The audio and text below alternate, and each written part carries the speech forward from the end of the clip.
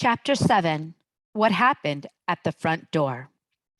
Now, slave, how long am I to wait for my chariot? Thundered the witch. Uncle Andrew cowered away from her. Now that she was really present, all the silly thoughts he had had while looking at himself in the glass were oozing out of him. But Aunt Letty at once got up from her knees and came over to the center of the room. And who is this young person, Andrew, may I ask? Said Aunt Letty in icy tones. Distinguished foreigner, very important person, he stammered. Rubbish, said Aunt Letty, and then turning to the witch, get out of my house this moment, you shameless hussy, or I'll send for the police. She thought the witch must be someone out of the circus, and she did not approve of her bare arms. What woman is this? Said Jadis. Down on your knees, minion, before I blast you. No strong language in this house, if you please, young woman, said Aunt Letty. Instantly, as it seemed to Uncle Andrew, the queen towered up to an even greater height. Fire flashed from her eyes. She flung out her arm with the same gesture and the same horrible sounding words that had lately turned the palace gates of Sharn into dust. But nothing happened, except that Aunt Letty, thinking that these horrible words were meant to be ordinary English, said, I thought as much. The woman is drunk. She can't even speak clearly. It must have been a terrible moment for the witch when she suddenly realized that her power of turning people into dust, which had been quite real in her own world, was not going to work in ours. But she did not lose her nerve even for a second. Without wasting a thought on her disappointment, she lunged forward, caught Aunt Letty round the neck and the knees, raised her high above her head as if she'd been no heavier than a doll, and threw her across the room. While Aunt Letty was still hurling through the air, the housemaid, who was having a beautifully exciting morning, put her head into the door and said, If you please, sir, the hansom come. Lead on, slave, said the witch to Uncle Andrew. He began muttering something about regrettable violence, must really protest. But at the moment, in the room out of the house, at the moment, single glance from Jadis, he became speechless. She drove him out of the room and out of the house, and Diggory came running down the stairs just in time to see the front door close behind them.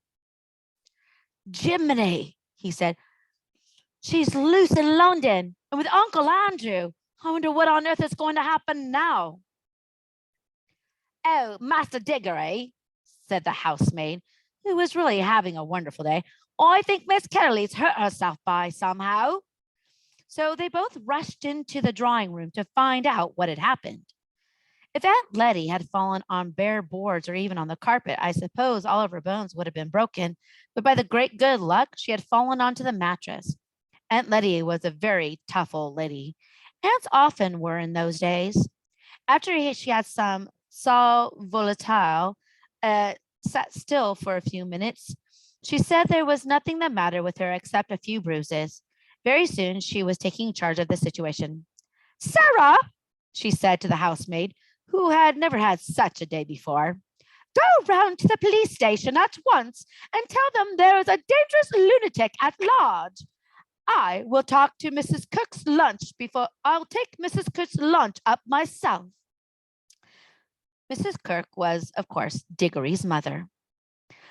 When Mother's lunch had been sent to, Diggory and Aunt Letty had their own. After that, he did some hard thinking. The problem was how to get the witch back to her own world, or at any rate, out of ours as soon as possible. Whatever happened, she must not be allowed to go rampaging about the house.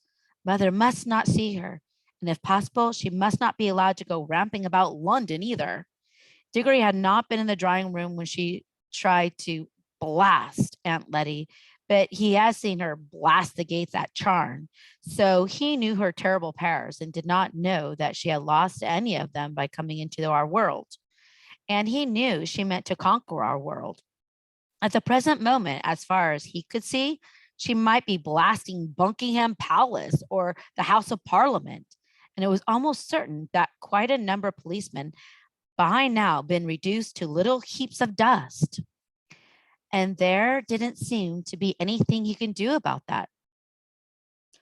But the rings seem to work like magnets, thought Diggory. If I can only touch her and then slip on my yellow, we shall both get into the wood between the wolves. I wonder, will she go all faint again there? Was that something the place does to her, or was it only the shock of her being pulled out of her own world? But I suppose I have to risk that. And how am I to find the beast? I don't suppose Aunt Letty would let me go out, not unless I said where I was going. And I haven't got more than 2 pence. I need any amount of money for buses and trams if I went looking all over London. Anyway, I haven't the faintest idea where to look. I wonder if Uncle Andrew is with her. It seemed in the end that the only thing he could do was to wait and hope that Uncle Andrew and the witch would come back. And if they did, he must rush out and get hold of the witch and put on his yellow ring before she had a chance to get into the house. This meant that he must watch the front door like a cat watching a mouse's hole. He dared not leave his post for a moment. So he went into the dining room and glued his face, as they say, to the window. It was a bow window from which you could see the steps of the front door and see up and down the street so that no one could reach the front door without you knowing. I wonder what Polly's doing, thought Diggory. He wondered about this a good deal as the first slow half hour ticked on. But you need not to wonder, for I'm going to tell you. She had got home late for her dinner, with her shoes and stockings very wet. And when they asked her where she'd been and what on earth she had been doing, she said she had been out with Diggory Kirk. Under further questioning, she said that she had got her feet wet in a pool of water and that the pool was in the wood. Asked where the wood was. She said she didn't know. Asked if it was one of the parks. She said truthfully enough that she supposed it might be a sort of a park. From all of this, Polly's mother got the idea that Polly had gone off without telling anyone to some sort part of London she didn't know and gone into a strange park and amused herself jumping into puddles. As a result, she was told that she had been very naughty indeed, and that she wouldn't be allowed to play with that Kirk boy any more if anything of that sort ever happened again. Then she was given dinner with all the nice parts left out and sent to bed for 2 solid hours. It was a thing that happened to one quite often in those days. So while Diggory was staring out of the dining room window, Polly was lying in bed, and both were thinking how terribly slowly the time could go. I think, myself, I would rather have been in Polly's position. She had only to wait for the end of her 2 hours, but every few minutes Diggory would hear a cab or a baker's van or a butcher's boy coming around the corner and think, here it comes, and then find it wasn't. And in between these false alarms, for what seemed hours and hours, the clock ticked on, one big fly, high up and far out of reach, buzzed against the window. It was one of those houses that got very quiet and dull in the afternoon and always seemed to smell of mutton.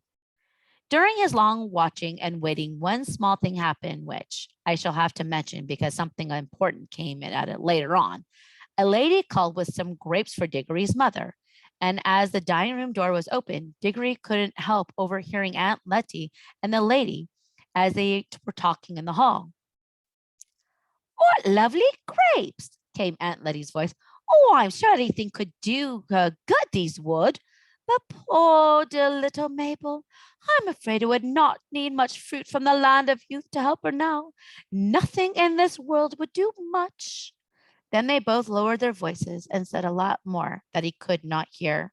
If he had heard that bit about the land of youth a few days ago, he would have thought Aunt Letty was just talking with meaning anything in particular, the way grown-ups do, and it wouldn't have interested him.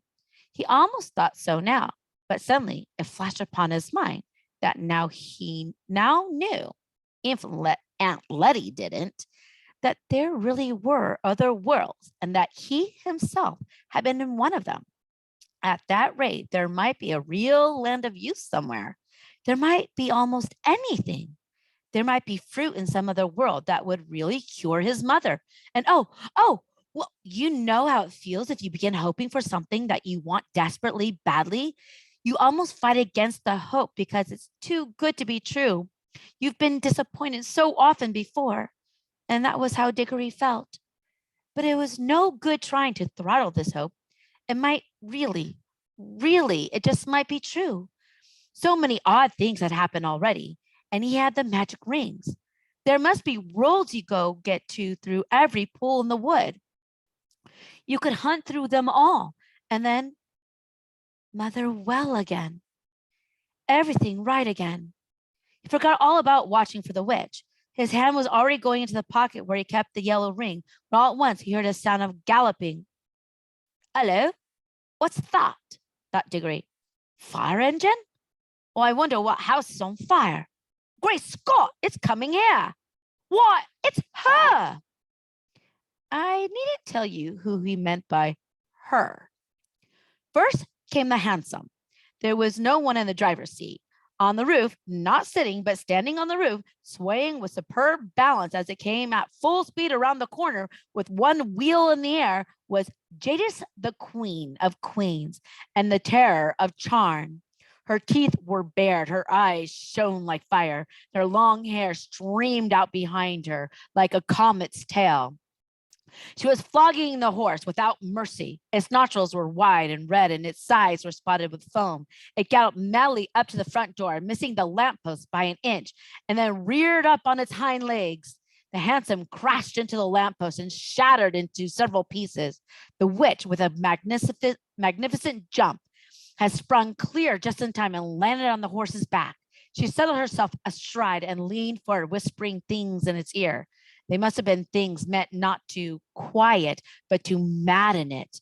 It was on its hind legs again in a moment, and its neigh was like a scream, and it was all hoofs and teeth and eyes and tossing mane. Only a splendid rider could have stayed on its back. Before Diggory had recovered his breath, a good many other things began to happen. A second hansom dashed up close behind the first. Out of it, there jumped a fat man in a frock coat and a policeman. Then came a third hansom with two more policemen in it. After it came about 20 people, mostly errand boys on bicycles, all ringing their bells and letting out cheers and catcalls. Last of all came a crowd of people on foot, all very hot with running, but obviously enjoying themselves. Windows shot up in all the houses of that street, and housemaid and butlers appeared at every front door, and they wanted to see the fun. Meanwhile, an old gentleman had begun to struggle shakily out of the ruins of the first hansom. Several people rushed forward to help him, but as one pulled him one way and the other pulled him the other way, perhaps he would have got out quite as quickly as on his own. Diggory guessed that the old gentleman must be Uncle Andrew, but he couldn't see his face. His tall hat had been bashed down over it. Diggory rushed out and joined the crowd. That's the woman! That's the woman! Cried the fat man, pointing at Jade. Do your duty, constable! Hundreds and thousands of pounds worth she's taken out of my shop. Look at the rope of pearls around her neck. That's mine. And she's given me a black eye, too. What more? That she has, Gona, said one of the crowd, and as lovely a black eye I see wish to see. Beautiful bit of work that must have been. Gaw, and she's strong then. Oh, you ought to put a nice raw beefsteak on it, mister. That's what it wants, said a butcher's boy. Now then, said the most important of the policemen, what's all this, eh? I tell you, she, began the fat man when someone else called out. Don't let the old cove in the cab get away. You put him up to it. The old gentleman, who was certainly Uncle Andrew, had just succeeded into standing up and was rubbing his bruises. Now then, said the police. Oh, now then, said the policeman, turning to him. What's all this? Oh, came Uncle Andrew's voice from inside the hat. None of that, no, said the policeman sternly. You'll find this is no laughing matter. Take that off, you see? This was more easily said than done.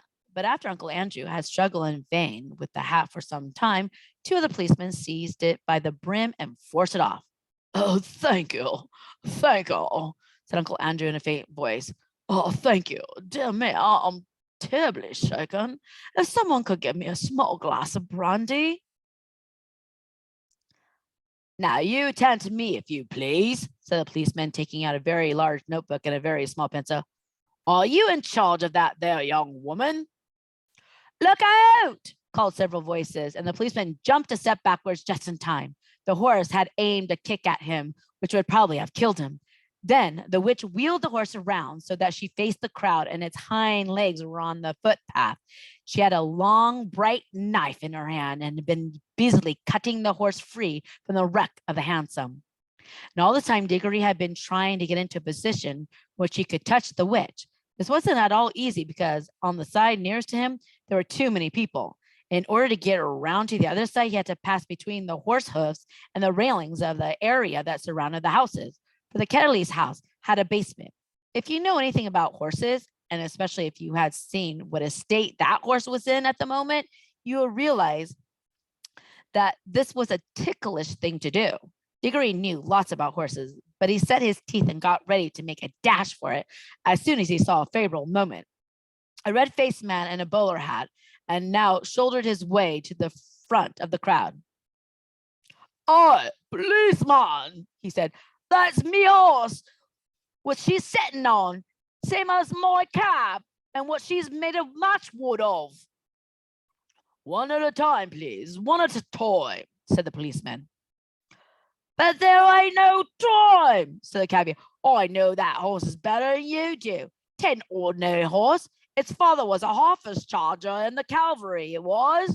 And if the young woman goes on exciting him in there, there'll be murder done. Yeah, you let me get at him." The policeman was only too glad to have a good reason for standing further away from the horse. The cabby took a step nearer, looked up at Jadis, and said it in a not unkindly voice, "No, missy, let me get his head, and you just get off. You're a lady, and you don't want all those roughs going on for you, do you? You want to get home and have a nice cup of tea and lay down quite like, then you'll feel ever so much better." And at the same time, he stretched out his hand towards the horse's head with the words, "Steady, Strawberry, old boy, steady now." Then, for the first time, the witch spoke. "Dog," came her cold, clear voice ringing loud above all the other noise. "Dog, unhand our royal charger. We are the Empress Jadis."